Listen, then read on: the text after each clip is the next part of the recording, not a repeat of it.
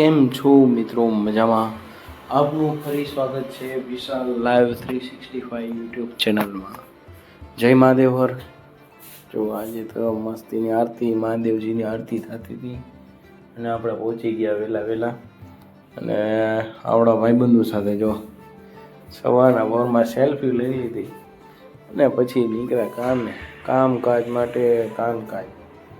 પણ સવારમાં પાછું કામકાજ એમ લાગે કોકવાર તો રજા મળે, પણ શું કરીએ, જ્યાં સુધી તો હવે કામકાજ પૂરું ન થાય ત્યાં સુધી તો ઘરે જવાનું મળે. અને પછી ભૂખ લાગી હતી, ભાઈ આપણે નાસ્તો કર્યો, દાળ પકવાન મસ્તીના. પેલા પકવાન આવી ગયું, ડુંગળી, મીઠું અને આવી ગઈ સિંગ અને આવી ગઈ પછી મીઠી ચટણી, આપણી રાજકોટની ફેમસ ચટણી.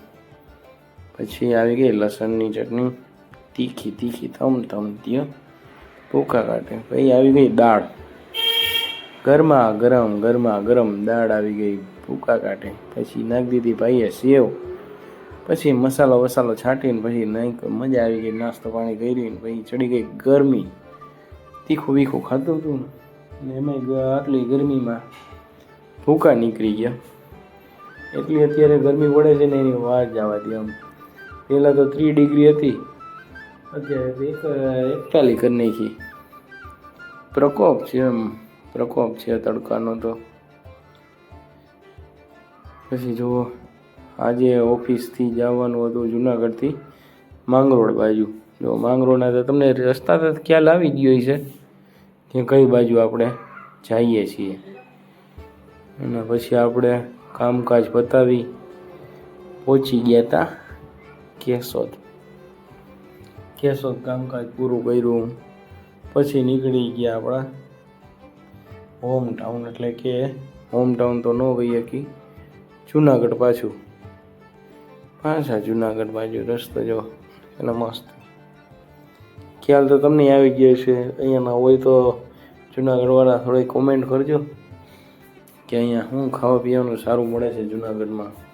કેશોદમાં તો મળે જ છે ભજીયા, મયુર ભજીયા અને કૃષ્ણાના ઓરિજિયા, જોરદાર છે ને. હા, બાકી તમે એકવાર કેશોદ આવો ને તો ભજીયા ટેસ્ટ કરવાની મજા આવે. રાજકોટ જેવો જ મળી જાય, પણ અહીંયાનું એક છે એ રાજકોટ કરતાં સારા મળી જાય, તમને મજા આવે. જો તમે ક્યાંક શું ફેમસ મળે છે કહેતા રહેજો, તો આપણે ગુજરાત ફરી છે તો જાશું જરૂર ને જરૂર. જો જુનાગઢ આવી ગયા તો દેખાઈ જ ગયું કે ભાઈ જુનાગઢ આગેથી આમ દત્તાત્રેય ભગવાન. અને પછી આપણે ભૂખ લાગી હતી પાછી, પછી આપણે આવી ગયા હતા નારાયણ ભેળમાં. મસ્તીનો નાસ્તો કર્યો, પછી કામકાજ પૂરું કર્યું, પછી આવી ગયા રાતે પાછા પટેલમાં જમવા. આજે તો ભરપૂર નાસ્તા પાણી જમવાનું ફૂલ. મસ્તીને આવી ગયા. હવે જાય પાછી આપણી હોટલે. ચાલો આગળ જોઈએ.